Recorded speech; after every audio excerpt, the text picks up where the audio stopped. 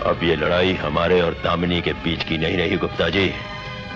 एक तरफ वो लोग हैं जो सदियों से सर झुकाए जुल्म सहते आ रहे हैं, और एक तरफ हम।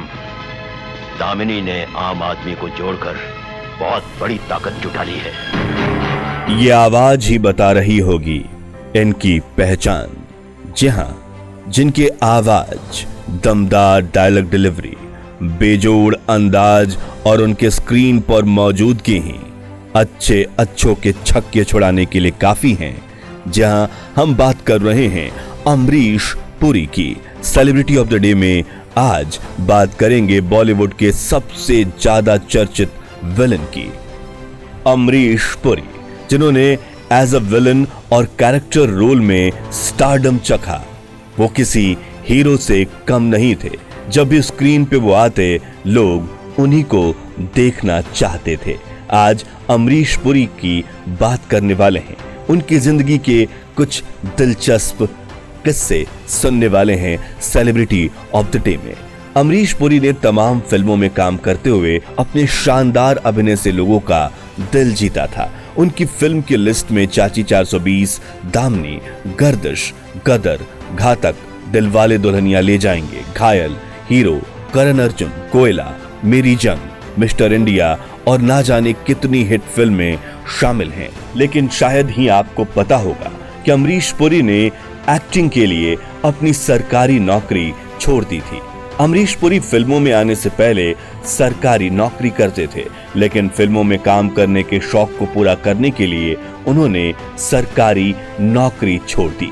अमरीश पुरी ने करीब 21 साल तक कर्मचारी बीमा निगम में बतौर क्लर्क काम किया था। फिर एक दिन अमरीश पुरी की मुलाकात इब्राहिम अलकाजी से हुई। इब्राहिम ने अमरीश को थिएटर के बारे में बताया और उन्हें थिएटर करने की सलाह दे डाली। फिर अमरीश की मुलाकात सत्यदेव दुबे से हुई, जो उस वक्त निर्देशक, अभिनेता और लेखक थे।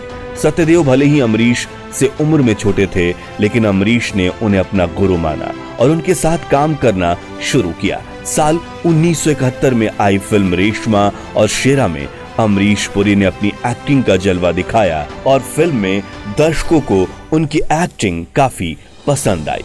अमरीश पुरी अपने अभिनय को लेकर बहुत सीरियस रहा करते थे।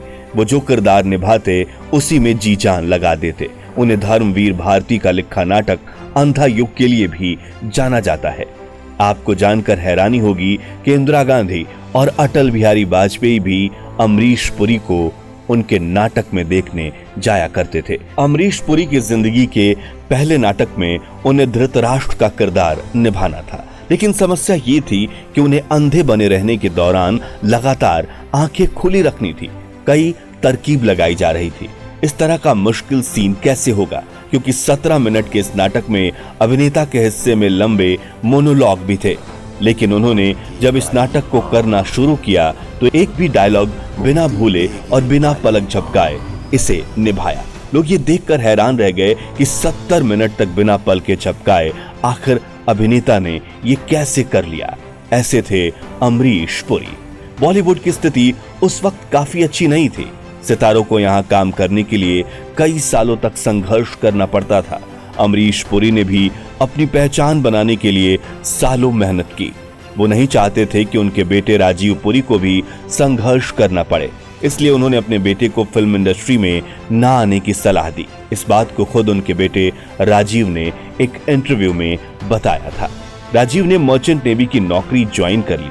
राजीव पुरी भले ही फिल्मों में ना आए हों, लेकिन अमरीश पुरी के पोते हर्षवर्धन पुरी बॉलीवुड में काम कर रहे हैं। हर्षवर्धन फिल्मों की दुनिया में बतौर असिस्टेंट डायरेक्टर काम कर रहे हैं। उन्होंने फिल्म इश्क-ए-जादे, शुद्ध देशी रोमांस और दावते इश्क में बतौर असिस्टेंट डायरेक्टर काम किया है। बाद में अमरीश पुरी को माइलोडिप्लास्टिक सिंड्रोम हो गया था, जिसके चलते उनकी तबीयत खराब रहने लगी थी।